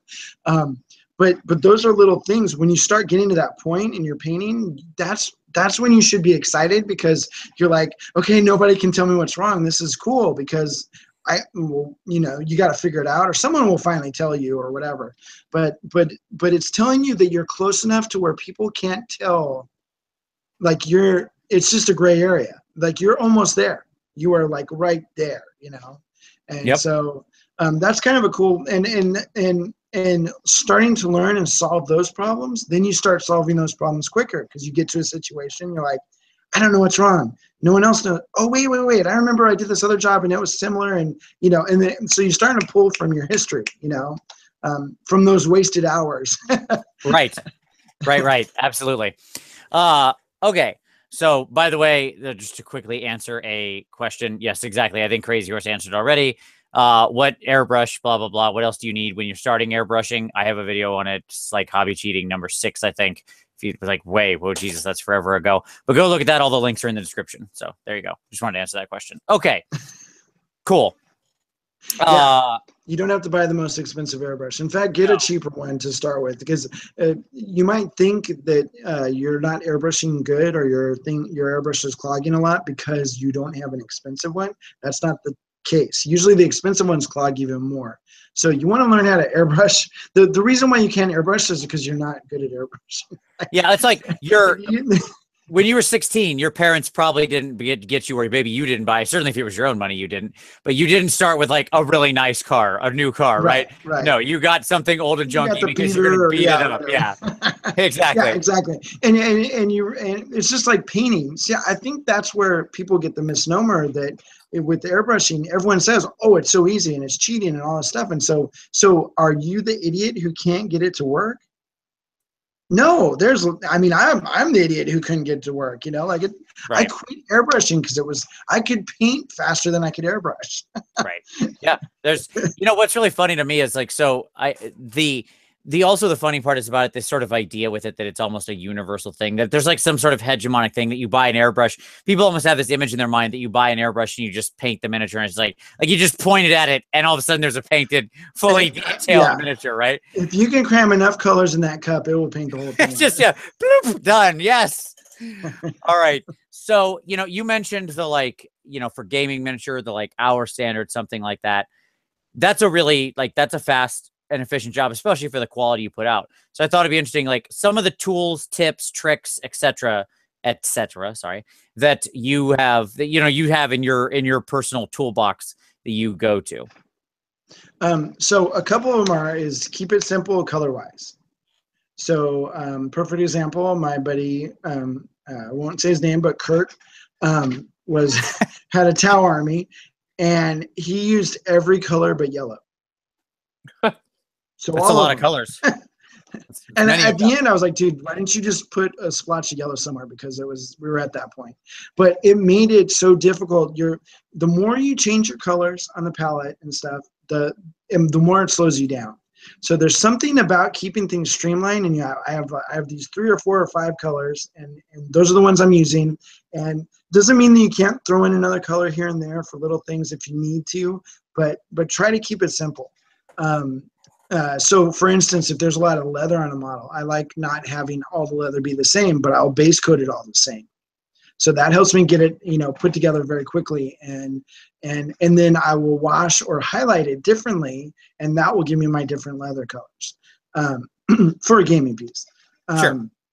So something like that. I think that's really, I think that there's a lot of painters who want to be better, but I think most people who are painting probably don't they don't have winning a crystal brush in their, in their sights. Yeah. Right. Yeah. That's not where they want to be. But what they would like to have is a nice force that they can put on the table and feel proud of. Right. And that they can paint better, faster. That is a very achievable goal. Yes. It always feels good when people ooh and ah your army.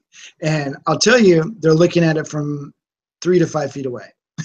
Yeah. Yep. That's when they ooh and ah. So that being said, that's where it should look good. So if you have cowboys and they have lots of leather, it doesn't matter if you used 8 shades of brown to get your base coats on. They'll never see it. Right. Not to mention they die so quick. Space Marines. My Terminators for my Chaos Army, they go on the table and they're off the table. It's like. I'm not super happy with my Terminators because they were literally, I did 5 Terminators in 3 hours. That's the time I had for my Terminators. And I look at them and I cringe, and then other people come in and, oh my gosh, your Terminators are so awesome. And I'm like thinking, no, they're not. Just don't look very close. But the thing is, I've never upgraded them. I could go back and just upgrade them because they're half done. But it's like they die so quickly. They're out of the box, they're on the table, and then they're back in the box. And I'm like, oh, I'm not really looking at them. They look good enough from here. And that's one thing that I really had to teach myself in commission painting and army painting is to be okay with it's good enough. Right. A lot of times I don't use my big light setup like I would on display figures. I'll use generalized lighting because if I don't see the mistake, I don't try to fix it. And as soon as I start fixing mistakes, the job is over. Right. The army's done, because it turns into a competition piece. And I can't do that. So I'm like, I really want to play with these painted figures. So I'm going to go quick. The other thing I do is batch painting. And so I'll paint, I started with little 5-man squads or 5 models, 5, Valkyries, whatever it was 5 of them. And I would start on the left foot. And do one of the colors, and then move over to the right foot and do one of the colors, and so I just go back and forth with these 5 guys. And every time I got to the 5th guy, basically I'd hold the guy for about 3 to 5 seconds, maybe 10 seconds at the most, and I put him down. So in my mind, I'm always thinking I finished that model. I'm always finishing a model. Right. You're always getting that every little couple hit, right? Of like, I've hit a micro Yeah, goal. yeah, Yes. yeah. You know, I'm a professional painter, so I couldn't afford the crystal meth. So I had to go. You know, I needed the adrenaline rush some other way, and so it's that feeling of being done constantly. And every time I try to go back and go, no, you know what? There's just a little bit of silver on this model. I'm going to do it here, here, here, here, and turn it around and there. The first one might take me no time at all, and the second one will be 5 seconds longer, and then 10 seconds longer, and 30 seconds longer. Pretty soon, I've either gotten lost interest in the job, you know, and I'm like totally slowed down. Whereas if I do the small pieces in batch painting, I will paint for 2 or 3 hours, then all of a sudden the whole unit's done, and I'm like, well, I'm actually ahead of time. Sweet, you know. Right. And as a professional painter, to be ahead of time is the only time you get a raise. so that's where, you know, you want it to look like if you do an hour paint job or whatever, that's what you're charging for, and then it takes you 45 minutes, but it looks like the hour paint job, that's your raise for that job, you know. Or it allows you a little bit extra time. Maybe there's a standard bearer in the squad and they didn't want it better painted, but you've got a little extra time, so you put a little bit into it. So you know, you kind of scratch the back of the customer and everything, but also you get a reward for going fast.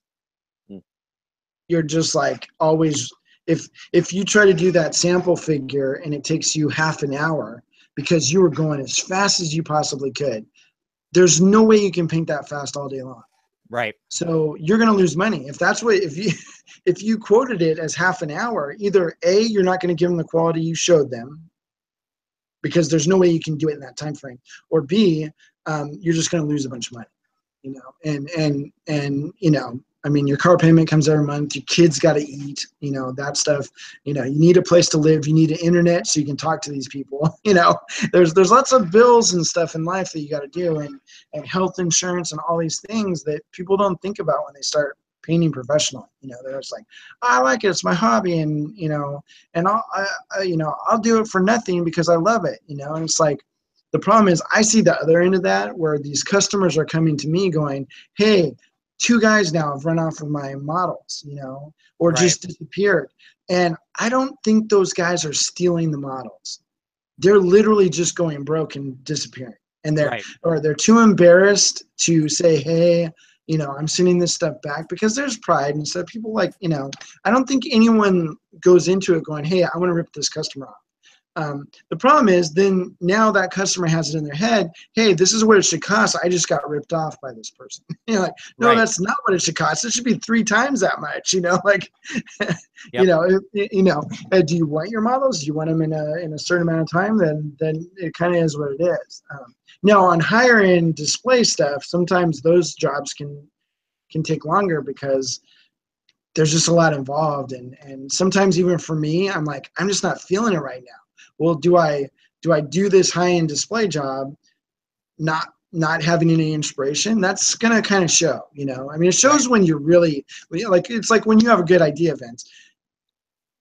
Like, it shows. There is a lightning when you know, like, there's those moments when you get hit by it and you're like, this is what I want to do. And throughout the whole thing, like, I'm not saying there might not be tough parts in it, but you're right. But you're pumped. You know, you see the light at the end of the tunnel, and you're like, and it's a cool idea. Like, you're excited about it. And so stuff like that. Sometimes I just go, okay, you know what? I got plenty of other work. I'm going to do something else. Or I'm just kind of getting burned out on painting. You know, there's like, that's the other thing I do in my commission work is there'll be assembly. I break it into different jobs. Assembly, airbrushing is a job, and painting is a job. And so when I get burned out, and it can be painting armies or painting display, because that's 2 different things. Armies is just you're churning through stuff. It's mindless. But so I will just switch. Like, I'm sick of painting armies right now. My time is going. I'm going backwards. It's taking longer and longer to do something. So I'm not going to do an army right now. I'm gonna build stuff, because building is fun. You know, I really enjoy building. And I'm always a fan of like a 2 project idea, right? Of like always have kind of 2, like, just like I mentioned, here's the competition thing, here's the army thing. Right. And so they're both kind of there, and I can think about each of them. That one frustrated the crap out of me when that poor died. And I was like, you're going to the side. We're gonna go back to this thing. Yeah. I had one. I was really excited about it, and it was like display level figures and stuff. And I got started. I was gung ho, and then somewhere along the line, I got to a point where I didn't know what to do, you know. And it's just like you can't always know what to do. Like there's no way, you know. And so I just went and did other stuff, and I just literally forgot about it for a while. But then when I came back to it, I'm like, I kind of had new, fresh. I wasn't run down by the job anymore, and then it was like stuff just started happening. I'm like, this is what I should do, and I should do that. And it'd be really cool. Is doing this thing. It's going to take a little extra time, but I was renewed because I wasn't strung out on that job anymore, and so then it came together, you know. Right. And sometimes that's it. A lot of it's just tricking your mind into figuring out to do it, basically. Yeah. Tricking yourself. Yeah, I mean, it's about topping off that tank, right? Because you can get exhausted on any single one thing you do, but once you come back to it with fresh eyes, it can be a totally different world. Yeah. Right. And you're like, you start making decisions. That's the other thing on armies. I always tell people, I go, make decisions quickly. Don't do that. Should I do gold trim or silver trim? And then you sit there for 2.5 months, right, wondering if you should do gold or silver. You know, just pick it. Right. Silver. Yeah. There it is. Silver. And we're good. And we're off to the races. All right. And we're off to the races. And I guarantee you know what? If you're not real happy with the way the silver is coming out, put some different colors into it. Put a little purple wash into it or blue wash in the shadows and make it something a little bit different that's more exciting to your eyes visually. And I guarantee you, you know, because you know how it is. When you start with a project, it usually has that fugly stage that, like for me, lasts until make it look like crap before it begins. Until the last 5 minutes of the project, and you're like, oh wow, it actually came together. I was really scared. But that's one of those things where I think that was one of the things I really learned and that commission painting helped me in is I had to finish. I had to finish a job because I wouldn't get paid. If it was me personally, when I had a normal job, I would just these projects would languish and never get finished because I just didn't know how to finish them. But when it's like, okay, well, I got to pay my car payment, so this job's getting done today, you know? And so I started learning to make decisions and be confident about those decisions. And the more good decisions you can make color-wise and stuff, so, you know, using your color wheel and just, I hate the color wheel because it's the most set in stone, you know, blue and orange or, you know, yellow and purple. And I'm just like, I hate that. Why can't it be, you know, a different set of colors? Which it could, but you have to do all this other stuff. So, but the thing is, once I died to that, and I'm like, no, okay, it works. It works every time. This is one thing I know that will work every single time. Okay, that's my colors. So whenever I have this color, I will always have this other color somewhere on the model. And then the other thing that I learned was it's okay to go, hey, someone else painted Black Templars, and these are the colors they use. It looks fantastic. Okay, those are the colors I'm using. Right. Oh, yeah, absolutely. I would reinvent the wheel every single project and nothing would ever get done. So now I have a better grasp of color. And so I think in my mind, I think I'm choosing the colors, but the colors are already chosen for me in the back of my head. Yeah, the color has chosen you. Yeah, the color chose me. Yeah. but so it came full circle. You know, I had to die to myself, you know, my own, I want to be unique. And I just started copying stuff.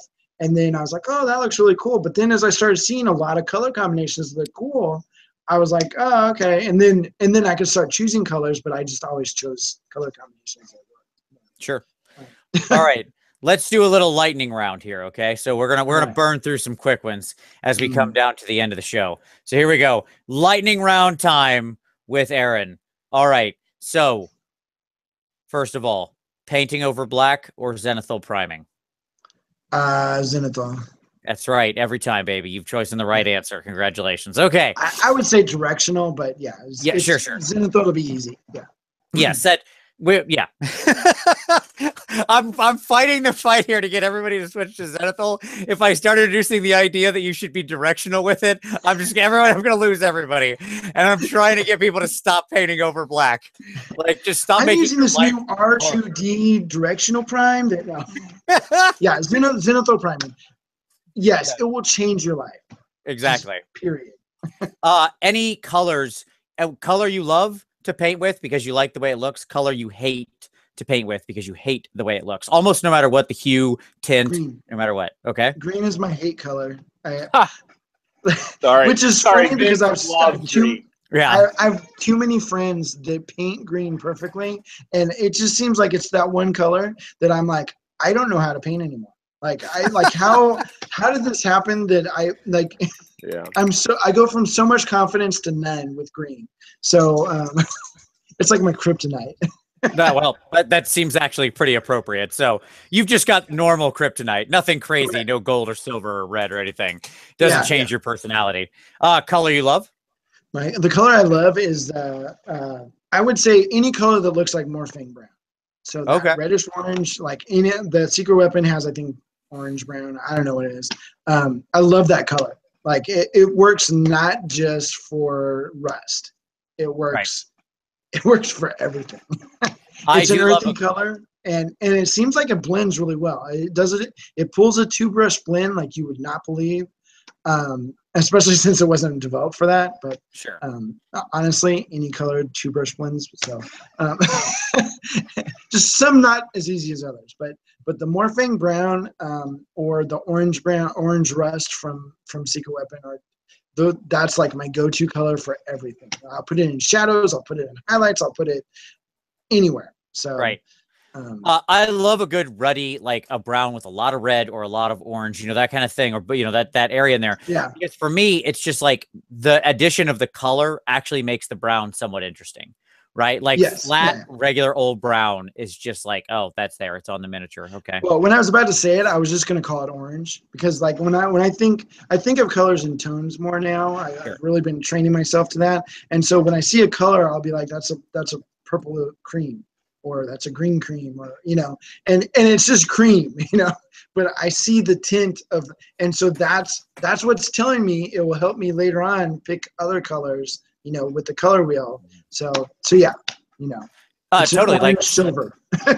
Yeah, absolutely. So Francesco's class, I took it last year at Adepticon, right? And he said, like you have to like everything. You like what you start with is find the true color of everything, right? Like when you look at a thing, what is its actual true color, right? And so you have to like find that thing. I thought that was a really instructive because he picked very tough examples and then quizzed the room as to like, what is this? I don't know.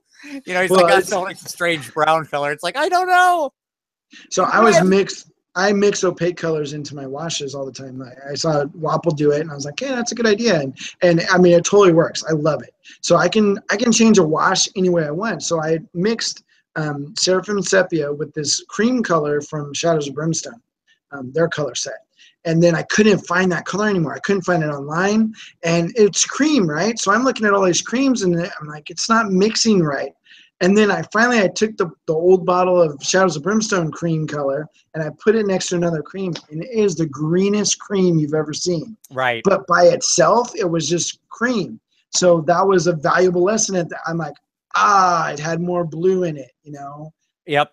That's like this right here, this color. Yes. This cement gray from like Vallejo. This is like one of my favorite colors in existence, just because it alone, it will look basically, white. It'll look like a sort of off-white, right? Yeah. But it's actually got all this rich green, and the second you set it next to something, like depending on what it's near to, it just completely adapts. Yeah. And so that was one of the things that when I took Alfonso Banshee's class a couple years ago, he was really into the colors and not the names of the colors. And I'm so glad that so many companies have changed their color names because I can't remember any of them anymore. So now I'm just like, I need an orangish red. I need a bluish brown. And then it doesn't matter what color I pick up because I'm not looking for a color. I'm looking for a tone, and I can pick from any line of miniatures. And as long as that color has that tone or is going that way, I can always add some blue. I can always add some red to it, whatever. But it doesn't matter because I put it on top of the color that I originally had, which was some other color that I don't remember what it is. And it doesn't matter. It works perfectly. So knowing that and also being able to choose contrasting colors to go with them really well, if you understand how that color was made, you will make better choices for these other colors. And that took me a long time because there was just years of bad color choices, not knowing why the two colors didn't work together, Right. Right. Absolutely. It's like All right. dryad bark in Rhinox hide. You know, dryad bark's a bluer brown, and Rhinox hide is a reddish brown. Right. You can't treat them the same ways. They're both dark brown, but they're for completely different color schemes. Right. Yeah, it's I remember like when I was still I admittedly, like, people ask me GW paint colors all the time. They'll be like, "Hey, what about I want to use this and this?" And like it's been so long since I've basically touched any GW paint that isn't a shade. Yeah. I'm just it's magenta. Yeah, I'm like, can you give me the color behind that? What is that thing you just said? Like, I have to infer from names. I'm like, well, that thing's an Elvish name, so it's probably blue. All right, so I think what you're describing is this. All right, so, all right, next up, freehand. What's your favorite thing to freehand? What is the thing you're most proud of that you freehanded on a model? Probably the Slanesh chick that I did on my road to Mordheim. Yes, that was the best freehand I've done. I'm not a freehand dude. Like it took a lot to get to that point. And actually, if you want to learn good freehand and you're ever at a show with Bryce Kokenor, he's the one who showed me how to do freehand his way, because he's like, I don't know how to draw either.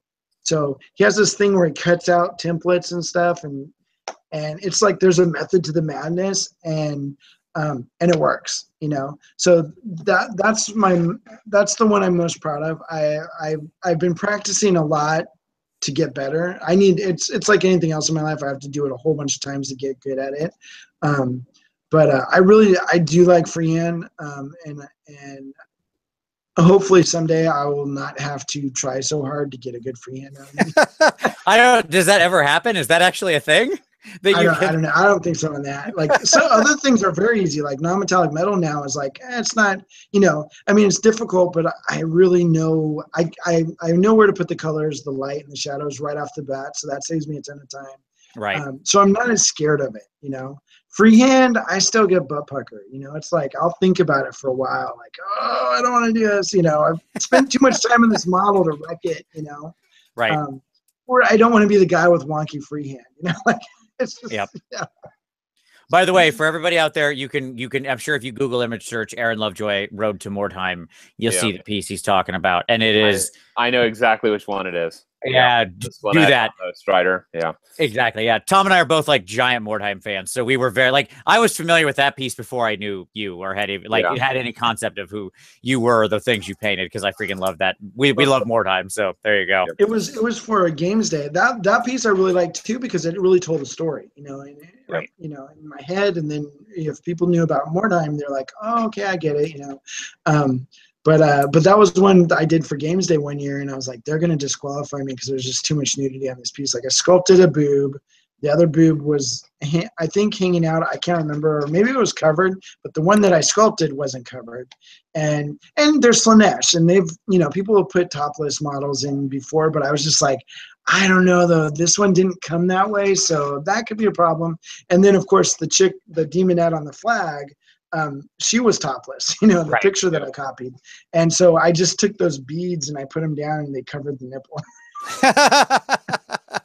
Look, she just came out of New Orleans. It's fine, you know. She got a lot of necklaces and she's good to go. But yeah, that one I was really happy with, because it was one of those, I mean, early on in the project, the face was really bad looking, but it taught me a lot, because I started thinking about it. I'm like, well, how would I paint this if it was a model? Like a 3D model, you know? Right. This is where I put the lights and shadows on that. So why wouldn't I just put in the same spots on here? And there's a little bit of tweaking, but I was able to get it. So yeah, that was a lot of fun. All right. Final lightning round question. Favorite tricks for skin tone? Skin tone, classically one of the more complicated things to paint. Gives a lot of people a lot of fits. What's your favorite tricks for it? Put a helmet on it. Space Marine with a helmet. Don't do it. Skin fully armored, helmet on. One and done. Yeah. My why do you think I have a 25,000 point chaos army? They all have helmets. Solve that problem.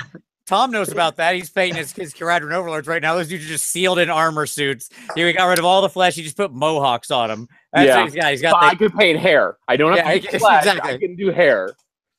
Stay away from flesh. Flesh was a tough one for a long time. A female flesh, holy cow, man! If you want to wreck my month, just give me a couple of female figures to paint with lots of flesh, and that'll do it. But so I look at a lot of reference material. If you have Photoshop at home, is that what we're calling it now? Are we calling it reference Yeah. material? Okay, go ahead. I don't, not porno reference, faces and stuff. But I'll take it into Photoshop and I'll color pick, do the color tool, and I'll look at it, and I'll look at the CMYK because that's the only one I can figure out and translate into paint, Right. But yeah, so I do that, and a lot of times on Flesh, even to this day, I'll pull up a video that I've got a few videos bookmarked. I think the Fernando Ruiz one from Painting Budo, when he did the dwarf, even if you're not painting a dwarf, just the meticulousness, how he put colors in, and the reasons why certain colors went in certain places, you can put them in different places on a normal person who's not a dwarf and make it look right. So sometimes I just do that. I just get more inspiration that way.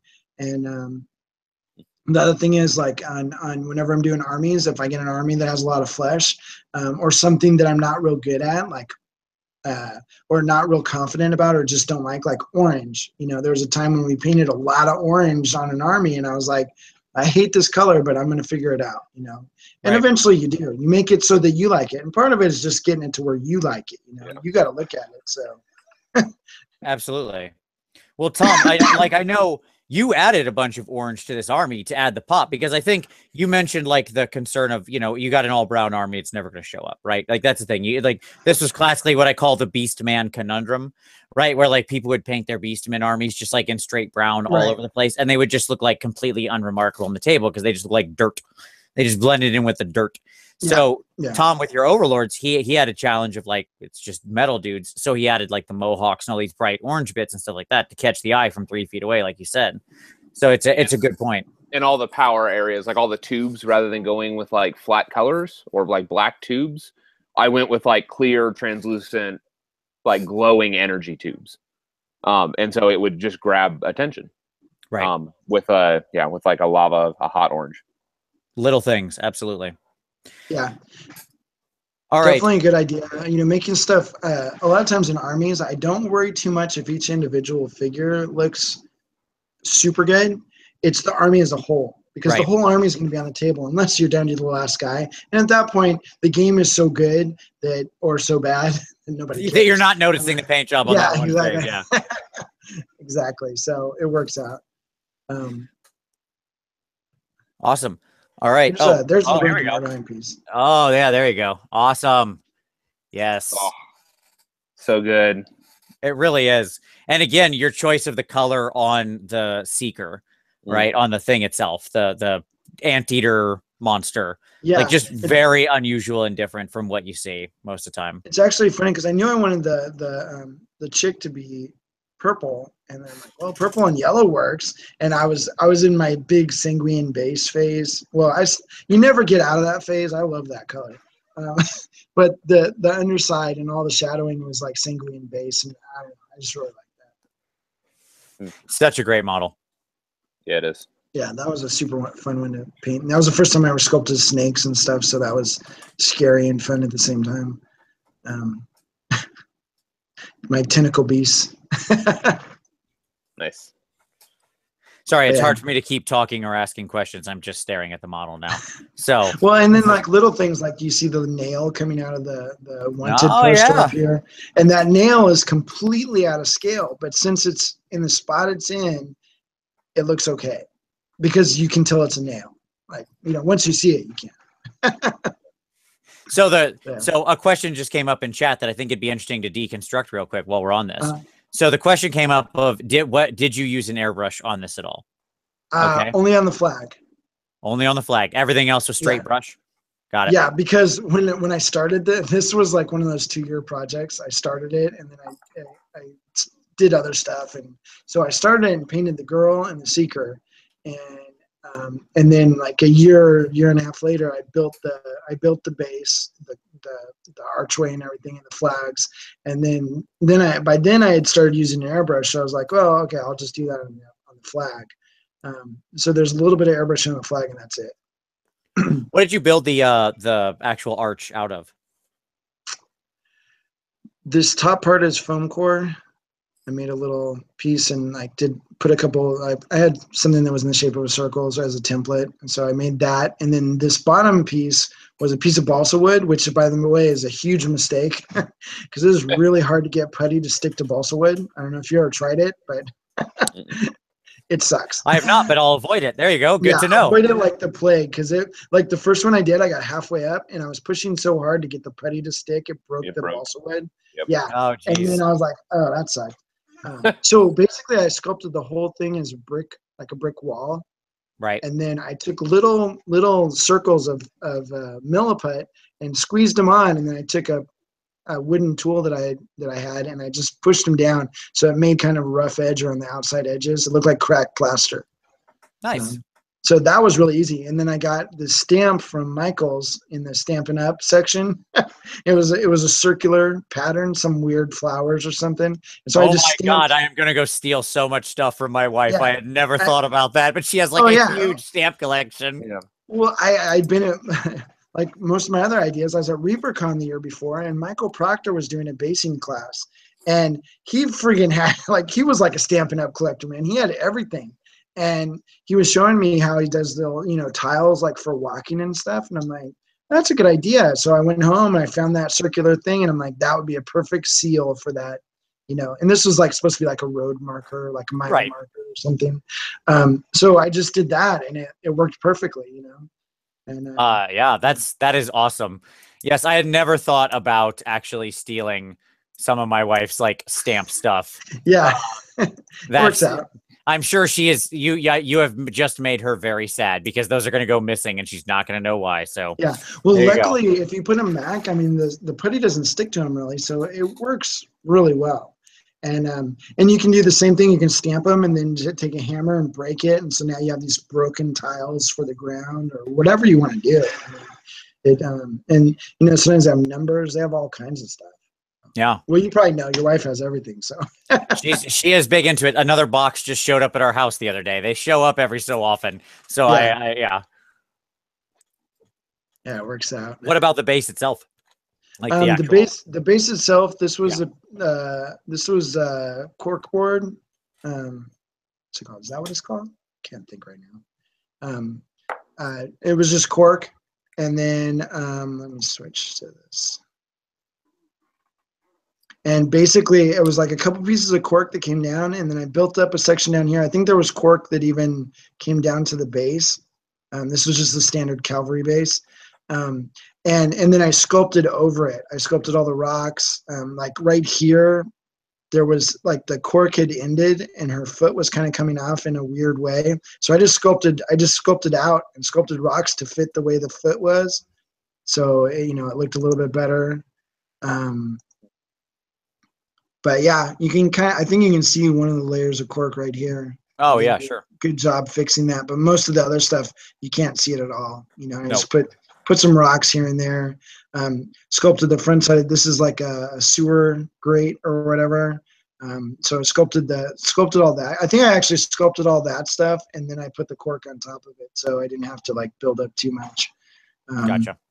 But I really didn't want it to look like cork. It's always the great challenge is eliminating the cork. Yes. Yeah. So I recently, it's funny, how you buy products like hobby products and then never use them. Sure. Absolutely. Yes, I can empathize. So Vallejo mud effects, I had bought a long time. I don't even know when I bought it, but I was in a hangout and I was showing people how to sculpt sand, and this one guy goes, you can use this Vallejo stuff, and I'm like, it's funny, I have it. It's right above my computer. It was on my shelf, just staring at me, and I'm like, let's try it. So I used it, and I'm like, oh, this is way easier than even milliput. Now it's a little bit more chunky than milliput. Like I like milliput for like I sculpt really fine sand, like beach sand. Mm-hmm. So I still like milliput for that, but for something like this, you could literally cover the cork with that texture, and you can use a sponge on it. You can do all kinds of stuff to get rid of the quirky look of it. And then again, you can just sculpt right on top of it. Rocks. I put some roots in from the backyard, stuff like that, to kind of break it up.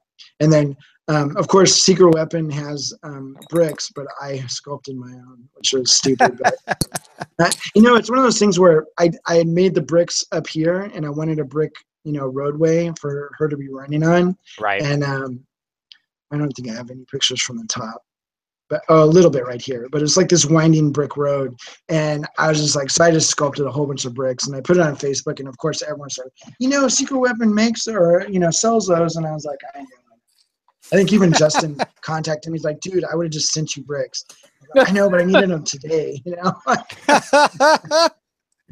I just want my bricks, and I want my bricks. On the Vallejo, I'll say the